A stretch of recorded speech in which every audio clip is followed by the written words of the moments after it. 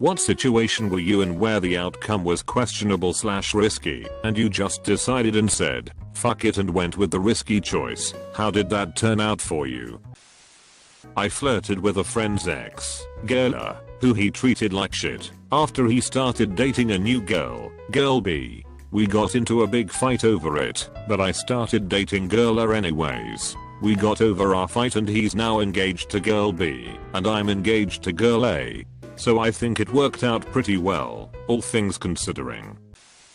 Vacationing in DC with some friends last year. Marijuana laws are shady AF out there. It's legal to smoke / have / gift, but not legal to sell it. So we googled around and found an underground collective. You had to text them and they would send you back an address. So we get the address and call an Uber. We are 5 nerdy white guys in town for a protest the hero show to help you picture us. Well, we notice we are driving into the rather unsavory portion of DC. Like, boarded up windows and bars over those that aren't boarded and graffitied up.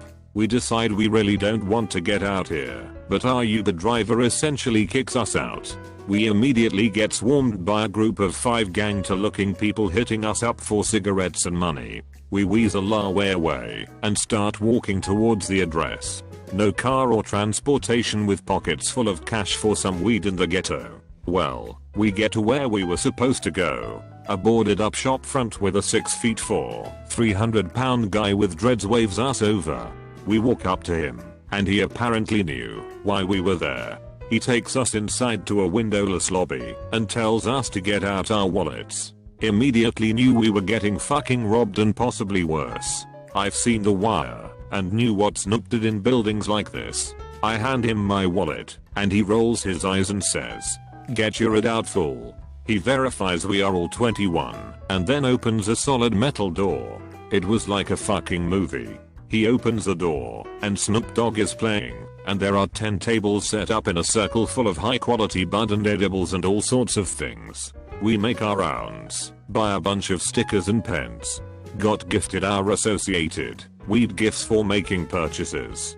Got the fuck out and got an Uber back to our Airbnb and proceeded to smoke till we couldn't move. That was a roller coaster of emotions. Going from being so sure I was about to die to my first legal weed experience. Got hired to a new job. 1 month in, I get a call for another job. Better paid but longer trial period, more stringent on retention, since it's one of those you're here forever deals.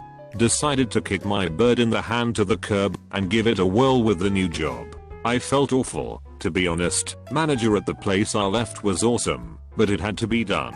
Even so, I knew if I blew it at the new place, there'd be no going back to the previous, and I'd either have a weird gap on my resume or a hard to explain little blip in the middle. Thankfully, it all worked out. I don't trust easily, nor do I build relationships quickly, but I went on a date with a guy and things went incredibly, almost like in a movie. We were so compatible, and he had me laughing and smiling all through dinner. He was courteous, opened all the doors for me, etc. After dinner we went to my house and watched a movie and had a bottle of wine. We were making jokes about the stupid movie scenes and having a great time. I have never had first date sex because I viewed it as a risk, both health-wise and emotionally, because I bond a lot through sex. I decided to do it, though. We had sex on our first date. It's about 1.5 years later now, and we live together. He's sound asleep next to me in bed. He makes me happier than any man I've ever met. I went out for a hike, and somehow along the way I had lost the keys to my car, and it had started raining heavily and now I was stranded by my car with no way to get in, and since this was several years ago, I didn't have a cell phone. I was weighing my options, figuring out where I could walk to find a payphone, when someone asked if I needed a ride. Everything about the situation said I should say no. I was alone, no one knew where I was, and hitching a ride with a stranger in an old, beat-up pickup is a classic way to end up a missing person. But I was cold and wet, and not wanting to make a long hike in the hopes of finding a phone. So I hopped in. Turns out, he was just a nice guy willing to give a ride to my place, and then back to my car. And it gets better. Along the way he was telling me about the charity group he worked for, and it really sparked my interest, and seeing that my construction skills would fit in with what they were doing, I decided to apply. I ended up moving to Southern Africa, where I would spend some of the best years of my life, meeting my future wife, making great friends, etc. The entire path of my life would be completely different if I had never gotten into that truck. That said, I'm not endorsing hitchhiking with random strangers. I agreed to marry a guy who would take me far, far away from my abusive family. I'd known him for just a couple years and didn't love him. I'm sure he didn't love me either, but he did take me far away from dangerous people. We were married for 10 years. During that time I did everything I could to make him happy, to thank him in any way that I could for saving my life. But we had our share of problems. He'd always liked to drink, but over the years he turned into an alcoholic. When I realized that I was no longer safe with him, I left. We still see each other almost every day and help each other out in our day-to-day lives. We have one child together.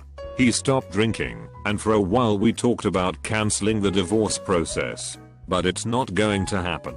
I don't regret my decision to marry him one little bit. We buy each other groceries, share meals, laugh, watch movies together, go on vacations, do projects together, help each other financially on the rare occasions when we need to, etc. I was working through an extremely demanding emergency in a university department with a very capable co-worker. We resolved it successfully against many difficulties. The director of the department personally sought me out to offer congratulations and compliments. I decided fuck it, I'm going to tell him the truth, which was that I put in a lot of effort, but the real person who deserved credit was my co-worker, not me. He looked at me for a second and said, "Son, many people wouldn't have said that the way you did. The next time we have management opening, it's yours if you want." I was having a good conversation with a girl on Tinder, but was pretty nervous about actually meeting her. Ended up saying fuck it, and invited her to meet up for a pretty innocuous outdoor activity for the upcoming weekend. To my surprise, she said yes, and so I was left with a week of debating whether I wanted to carry through with it or not. I ended up saying fuck it again, and manned up, and went to the thing. She ended up being awesome and we have a great first date.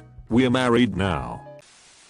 Returning to rugby after my second ACL tear. I absolutely love rugby, it was the best part of my life at that point in time.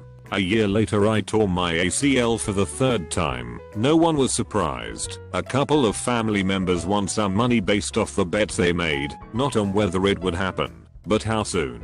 Thanks guys. I don't regret it in the slightest. My knee was already fucked, it's still fucked, but I got another season and a half of playing. And I scored my first try in that time. People love to say I told you so, but I knew what I was getting into. I didn't let it slow me down. I met up with a guy I met on Tinder at a hotel. We didn't even text much beforehand. He just said, "Let's meet up here." I did let my best friend know where I was going, and shared my location. But in retrospect and even in the moment I thought girls die from experiences and meetups like that. I was going through a hedonism phase, which is why I said fuck it. He actually became my boyfriend for like 7 months, and it was the best sex I've had so far, so I guess it didn't turn out bad. I don't think I'd do something that reckless again though. I moved to another country to live with my then girlfriend. It was always going to have risks, and indeed we broke up 9 months after moving in together. It's now 12 months after the breakup and I have a new job, which happens to be the highest paid job I've ever had. New friends, a new partner, I'm buying my first house, and I'm the happiest I've ever been. That risky choice led me to a dark place for a few months, but I came back swinging. Short story. 200% worth it. I was in need of money to pay off a loan that was going to double if I didn't pay it by a certain date. McDonald's pay enough to meet my deadline. After debating with myself, I decided to be a cam model and was one for 2 months. I paid off the loan relatively quickly but continued camming. It was easy money for the small amount of time I invested into it.